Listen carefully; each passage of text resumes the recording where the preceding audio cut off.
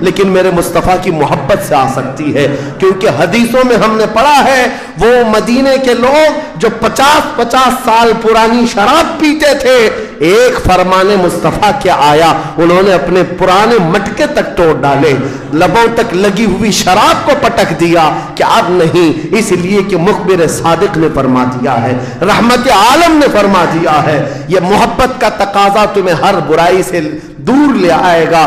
اسی کو اقبال نے کہا تھا کہ محمد سے وفا تمہیں تو ہم تیرے ہیں، یہ جہاں چیز ہے کیا لوح و قلم تیرے، ہر چیز کا علاج اس میں مضمر ہے، ہر چیز کا علاج اس میں پوشیدہ ہے۔ سچ کہا کرتے تھے بچپن میں جو شاعر ہم سنتے آتے تھے، ہر درد کی دوا ہے صلی علی محمد، تعویذ ہر بلا ہے صلی علی محمد۔ حضور کا نام پاک ہر درد کے لیے دوا بھی ہے، شفا بھی ہے، اور بیماریوں سے چھٹکارے کے لیے کنسنٹریشن، ایک جگہ توجہ مرکوز کر لو۔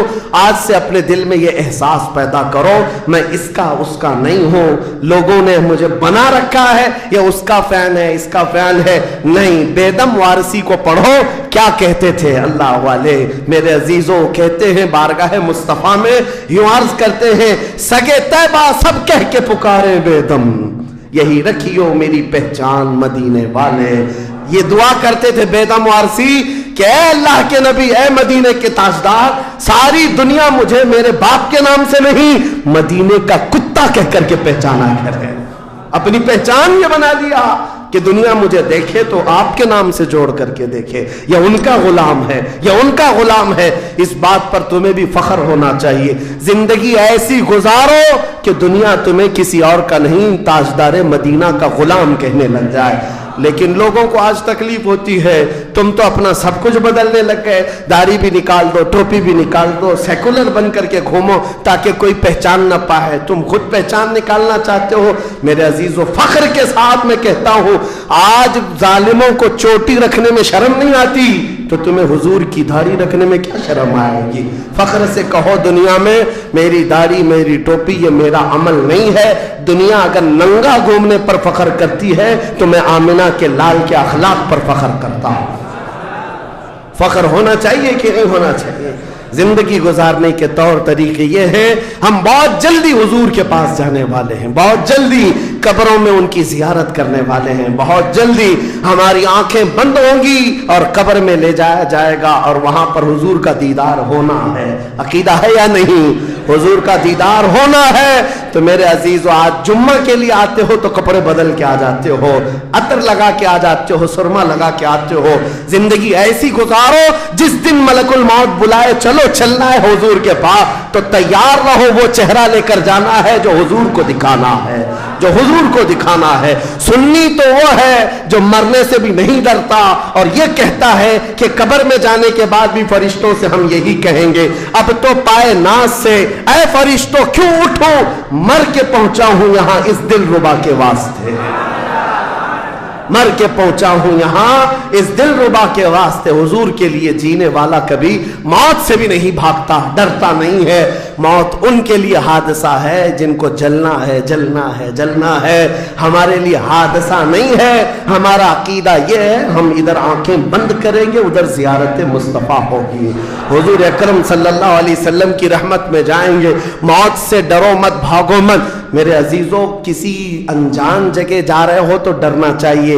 ہمارا ماننا یہ ہے جس دن ہم جائیں گے حضور بھی ہوں گے، صحابہ بھی ہوں گے، غوث و خواجہ بھی ہوں گے انشاءاللہ العزیز۔ زندگی ایسی گزارو کہ ان اکابرین کی جماعت میں ہم جائیں گے اور میرے آقا صلی اللہ تعالیٰ علیہ وسلم ہمیں قبول کر لیں گے۔ حضور تاج الشریعہ رحمت اللہ تعالیٰ علیہ اپنے جانے سے پہلے یہ فرما کر کے گئے اپنے ایک نعتیہ دیوان میں، یا رسول اللہ میں مروں تو میرے آقا یہ ملائکہ سے کہنا اسے کوئی مت جگانا، ابھی آنکھ لگ گئی ہے، ابھی آنکھ لگ گئی ہے۔ اللہ کریم ہمیں وہ زندگی عطا فرمائے جو دنیا کی تھکن سے چور ہو کر جب آخرت کے سفر پر جائیں تو میرے آقا کی رحمت والی جھولیاں ہمیں سامنے نظر آئے، میرے آقا کا حسین چہرہ پاک ہمارے قبروں میں نظر آئے۔ اللہ کریم ہم سب کو زندگی ضائع کرنے سے محفوظ فرما دے، ہمیں کام والا بنائے، نفع والا بنائے، ہر طرح سے مولا امت مصطفیٰ کا حق ادا کرنے والا نوجوان بنائے، اور قیامت کے دن مولا کریم ہمارا حشر مصطفیٰ کریم کے صحابہ کے ساتھ فرمائے، ان کے جھنڈے تلے ہم سب کو مولا تعالیٰ ایک ساتھ جمع فرمائے۔ دعا یہ کرتے ہیں صبا وہ چلے کہ باغ پھلے، وہ دن وہ پھول کھلے کہ دن ہو بھلے، لوا کے تلے ثنا میں کھلے رضا کی زبان تمہارے لیے، لوا کے تلے ثنا میں کھلے ہم سب کی زبان یا رسول اللہ تمہارے لیے۔ وآخر دعوانا الحمدللہ رب العالمین۔ السلام علیکم۔